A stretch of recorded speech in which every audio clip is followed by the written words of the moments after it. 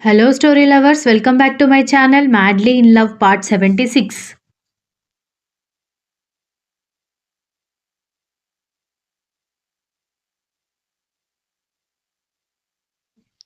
దక్ష ఇంకా ఏడుస్తూనే ఉంటే, "నువ్వు ఏడిస్తే ఆయనకి సేఫ్ కాదు దక్ష. ప్లీజ్ ఏం కాదు. కర్ణ గారికి నువ్వంటే చాలా ఇష్టం. అనవసరంగా బెంగ పెట్టుకోకు. పద వెళ్దామని దీక్షిత, విరాట్ వాళ్ళు బలవంతంగా తనని ఎయిర్‌పోర్ట్ నుంచి బయటకు తీసుకొచ్చారు. ఎంత కంట్రోల్ చేస్తున్నా దక్ష ఏడుపు మాత్రం ఆపలేదు. దీక్షిత కంగారు పడుతూ ఉంటే, దక్ష బాధలో కూడా న్యాయం ఉండేసరికి విరాట్ కూడా ఏమీ చేయలేక తల పట్టుకున్నాడు. దీక్షిత వెంటనే నవీన్‌కి ఫోన్ చేసి, "అన్నయ్య, ఈరోజు చెల్లి నా దగ్గర ఉంటుందిలే" అని చెప్పడంతో, "ఎందుకమ్మా?" అన్నాడు నవీన్.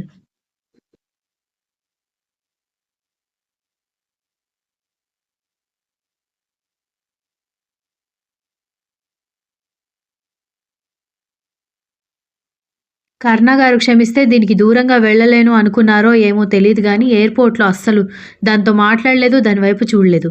దాంతో దక్ష బాగా ఏడుస్తోంది. అందుకే నేను నా దగ్గరికి తీసుకెళ్తాను.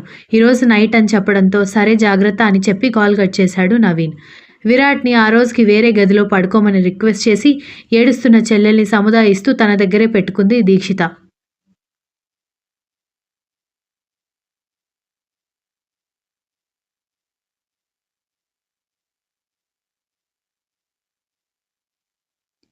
అప్పటికే చాలా లేట్ అవ్వడంతో ఆ టైంలో దీక్షిత వంట చేస్తానని చెప్పినా, వద్దని చెప్పి ముగ్గురికి బిర్యానీ ఆర్డర్ పెట్టి, తినను అని మారం చేస్తున్న దక్షని కర్ణ తిరిగొస్తాడు, నీతో మాట్లాడతాడు. వాడు నువ్వు లేకుండా ఉండలేడు దక్ష. అందుకే కదా ఎంత కోపం ఉన్నా ఏదో రకంగా నిన్ను కనిపెట్టుకుంటూనే తిరుగుతున్నాడు. ఏం ఆలోచించకుండా భోజనం చెయ్యి.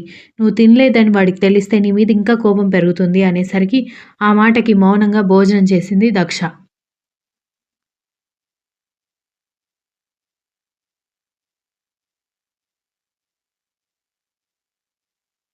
ముగ్గురు భోజనం చేశాక గుడ్ నైట్ చెప్పుకుని 2 రూమ్స్‌లోకి వెళ్ళి, దక్ష ఇంకా దిగులుగానే ఉండడంతో అబ్బబ్బబ్బా! ఇంత ప్రేమ ఉన్నప్పుడు ఎందుకు ఆయన్ని అనుమానించొచ్చేసి ఇప్పుడు ఏడుస్తున్నావు? నేనంటే పడి చచ్చిపోయే మీ బావగారే నేను నోరు జారితే పిచ్చి తిట్లు తిడతాడు. అంతెందుకు మొన్న ఆయన హెల్ప్ తీసుకునే పరిస్థితుల్లో మీరున్నారని నేను బాధపడుతుంటే, అంటే నా హెల్ప్ తీసుకోకూడదా? నేను హెల్ప్ చేయకూడదా అని కోప్పడ్డారు. అలాంటిది విరాట్ కంటే మొండివాడు కర్ణ.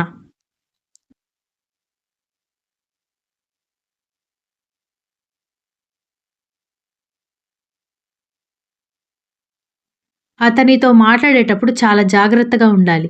వాళ్ళంటే ఫ్రెండ్స్ కాబట్టి వాళ్ళు గొడవ పడినా కలిసిపోతారు. కానీ ప్రేమించిన అమ్మాయి అనుమానించడం అంటే అది చాలా పెద్ద విషయం. వచ్చాక నేను మీ దగ్గరే ఉంటానని వెళ్ళి మ్యాన్షన్‌లో కూర్చో. ఇలా ఏడవకు. నేను చూడలేకపోతున్నాను అని చెప్పి లైట్ ఆఫ్ చేసి బలవంతంగా నిద్రపుచ్చింది చెల్లెల్ని.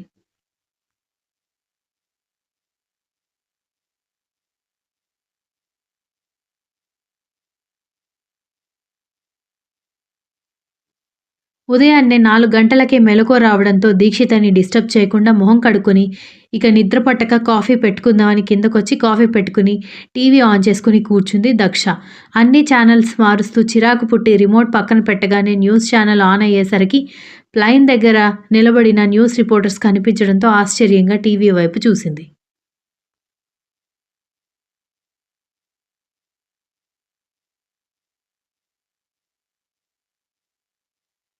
ఆస్ట్రేలియా వెళ్లాల్సిన ఫ్లైట్ ప్రమాదానికి గురైందని చెబుతూ ఉంటే షాక్ అయిపోయింది దక్ష.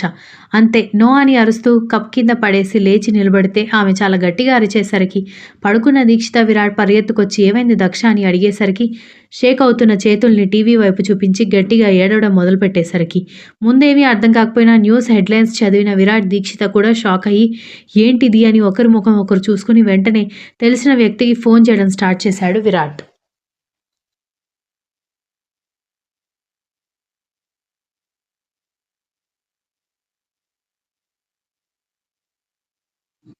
సెలబ్రిటీ ఫోన్ నంబర్ కావడంతో వాళ్ళు వెంటనే రిసీవ్ చేసుకొని వాలీబాల్ ప్లేయర్ అండ్ అకాడమీ కూడా ఉంది కదా కర్ణ వసుసేన. ఆయన కూడా అదే ఫ్లైట్‌లో ఉన్నాడు. ఈజ్ హీ ఆల్ రైట్ అని అడిగాడు విరాట్. సార్ ప్యాసింజర్స్ లిస్ట్‌లో అయితే సార్ పేరుంది కానీ ఇంకా ఇక్కడ ఏది సెట్ కాలేదు. ఇప్పుడే ఎలాంటి ఇన్ఫర్మేషన్ ఇవ్వలేము. Sorry sir please. తర్వాత ఇన్ఫర్మేషన్ కావాలి అంటే న్యూస్‌లో వస్తుంది అని చెప్పి వాళ్ళు కాల్ కట్ చేయడంతో ఓహ్ గాడ్ అంటూ తల పట్టుకున్నాడు.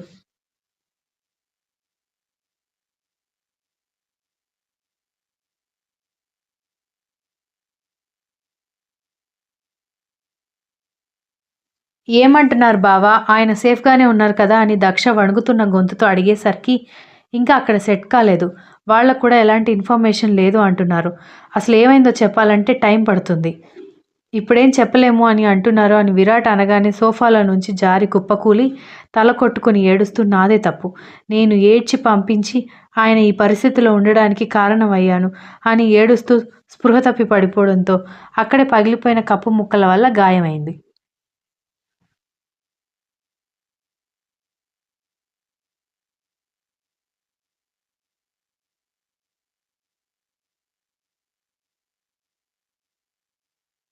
దక్ష, దక్ష అని పిలుస్తూ ఇంకా ఏ ఇన్ఫర్మేషన్ తెలీదు. కర్ణగారు సేఫ్‌గానే ఉంటారు అని దీక్షిత అరుస్తూ గబగబా దక్ష చేతులు పట్టుకొని వాష్ బేసిన్ దగ్గరికి లాక్కెళ్ళి, కడిగి 2 చేతులకి ఆయింట్‌మెంట్ రాసి డాక్టర్‌ని పిలిపించు విరాట్ అని చెప్పింది. దక్ష మాత్రం మౌనంగా కన్నీళ్లు కారుస్తూనే కర్ణ రూపం కళ్ళలో మెదులుతూ ఉండేసరికి గుండె నిమిషానికి ఎన్ని వేల సార్లు కొట్టుకుంటుందో తనకే అర్థం అవుతుంటే ఎలా రియాక్ట్ అవ్వాలో అర్థం కాలేదు.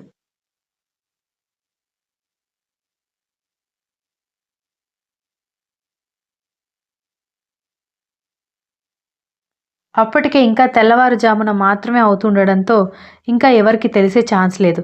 కర్ణగారు, కర్ణగారు ప్లీజ్ ఇన్ని రోజులు నన్ను క్షమించలేదు అని నన్ను పిచ్చిదాన్ని చేసి ఇప్పుడు ఇంకొక రకంగా పిచ్చిదాన్ని చేయకండి ప్లీజ్ అని మనసులోనే మౌనంగా ఆ పేరుని తలుచుకుంటోంది.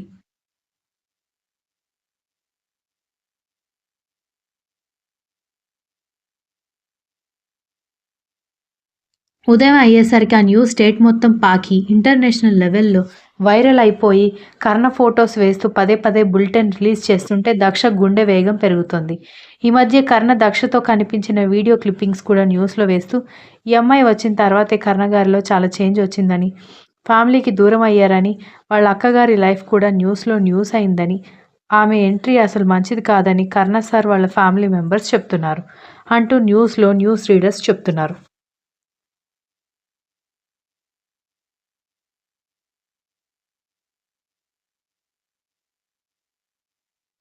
ఇవన్నీ దక్ష చెవికి చేరట్లేదు. కర్ణ బాగున్నాడా లేదా అన్న న్యూస్ మాత్రమే ఆమె వినాలనుకుంటోంది.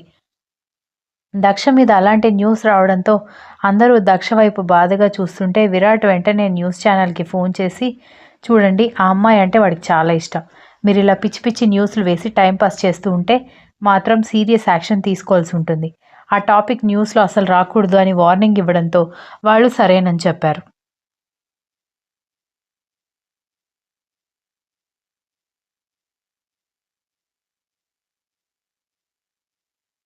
శాంభవి, మోహన్ రామ కూడా కొడుకు గురించి భయపడుతూ ఫోన్ల మీద ఫోన్లు ఎయిర్‌పోర్ట్‌లో తెలిసిన వాళ్ళకి ఫోన్ చేస్తుంటే, విరాట్‌కి చెప్పిన సమాధానం వచ్చింది వాళ్ళకి కూడా.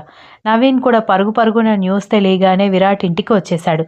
బొమ్మలాగా చలనం లేకున్నట్టుగా ఉన్న చెల్లిని చూస్తుంటే కంగారు ఎక్కువైపోయింది. ఒకవైపు కర్ణ ఎలా ఉన్నాడో అన్న భయం ఉంది అందరికీ.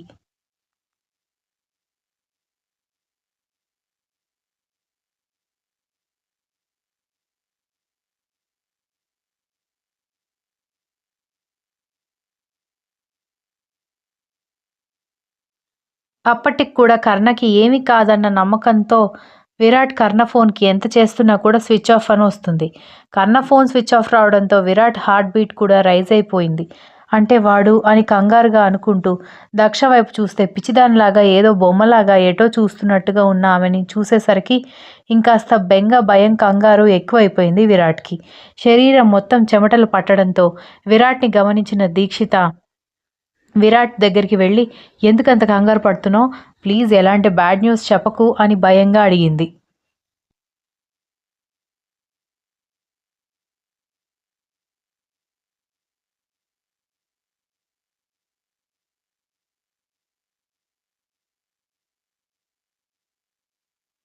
లేదు వాడి మొబైల్ స్విచ్ ఆఫ్ వస్తోంది అంటే ఏంటర్థం? నేను పాజిటివ్‌గా ఆలోచించలేకపోతున్నానని విరాట్ కంగారుగా చెప్పి నాకు దక్ష గురించి ఎక్కువ భయంగా ఉంది. కర్ణకేమైనా అయితే దక్ష బ్రతకడం చాలా కష్టం దీక్షిత. నువ్వు కూడా గుండె రాయి చేసుకోవాలని చెప్పడంతో విరాట్ భుజం మీద కొడుతూ పిచ్చి మాటలు మాట్లాడకు విరాట్. కర్ణ గారికి ఏం కాదు. దక్షకు ఏం కాదు. ప్లీజ్ ఇప్పటికే నేను భయంతో చచ్చిపోతున్నాను అంది. Continuous. If you like this story please like, share, comment and don't forget to subscribe.